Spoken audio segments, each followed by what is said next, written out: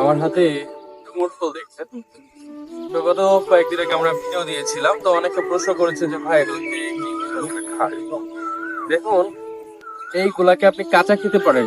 এটাকে কেটে ভিতরের ময়লা অংশটা যে বীজ গুলা সেগুলো ফেলে এবং সাদা যেই একেবারে পিওর যে জায়গাটা সেটা খেতে পারেন। কষ কষ মনে হবে, তবে খেতে পারেন। অথবা আপনি চাইলে এটাকে জুস বানিয়েও খেতে পারেন। সামান্য একটু বেশি পরিমাণে খাওয়ার প্রয়োজন নয়, প্রতিদিন একটা অথবা দুইটা যদি খান মানব দেহের জন্য খুবই ভালো হবে। রক্তচাপ, যাদের অতিরিক্ত রক্তচাপ তাদের এই সমস্যার সমাধান হয়ে যাবে। যাদের হাড় দুর্বলতা আছে তাদের এই সমস্যার সমাধান হয়ে যাবে। ডুমুর ফল বনজঙ্গলে পড়ে থাকলেও ওষুধের গাছে একটা বিশেষ গুরুত্ব ব্যবহার করে বহন করে। যেমন আমার পাশে এই গাছগুলো কিন্তু প্রচুর পরিমাণে ঔষধি গুণে ভর। তবে আমরা জানি না বিধায় আমরা এগুলো সেবন করি না, আমরা ডাক্তারের কাছে দৌড়াই।